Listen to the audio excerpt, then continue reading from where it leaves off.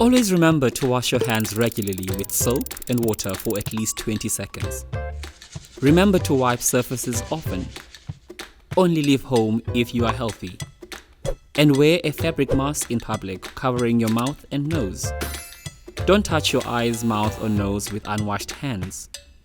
And cough or sneeze into your elbow or use a tissue. Keep a distance of 1.5 meters between you and other people. Let's all work together to stay safe.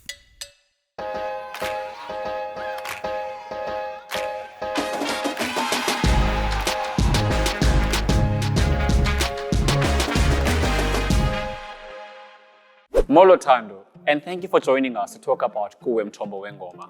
Before we look at the score, kindly share with us some information about the background of the song. Sure, Marcy. Kuwe Mthombo Wengoma is a composition by Ntutu Kosibisi. He was commissioned by the Department of Basic Education as part of the commemoration of the 20th anniversary of the South African school's choral Eisteddfod. This song expresses gratitude for the work SASCE has done over the past 20 years. The lyrics simulate words of someone outside the choral music fraternity who hears a beautiful sound coming from this school's choral gathering. This is a slow-paced song requiring excellent legato. It therefore demands a good breath control. It's a polyphonic composition which needs a delicate balancing between the voices so that the melody can shine. Maybe you noticed there was a lot of emotion when we performed. Expression is necessary right through the song. Rubato may be carefully applied where deemed necessary to enhance expression. It is a happy song to be sung in a very calm and expressive manner with not too much vibrato. Let's look at the song now in sections, starting with section 1, from bar 1 to 18. The melody is carried by the soprano and the tenor on different lyrics.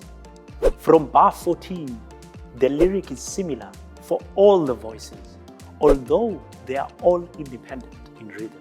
In this section, legato, smooth and connected singing is very important. Unlike section 1, section 2, bar 19 to 26 is mostly homophonic. Then section 3 is from bar 27 to 34. And this is where the mood becomes more celebratory. It's also important for the soprano to pay attention to the chromatic note on shumi in bar 30 to avoid intonation problems because it is a temporary modulation, key change, to E flat. This also happens with bar 22. Finally, at bar 39 to 50, singers are to be careful not to get too excited because of the beauty of the melody led by the tenor.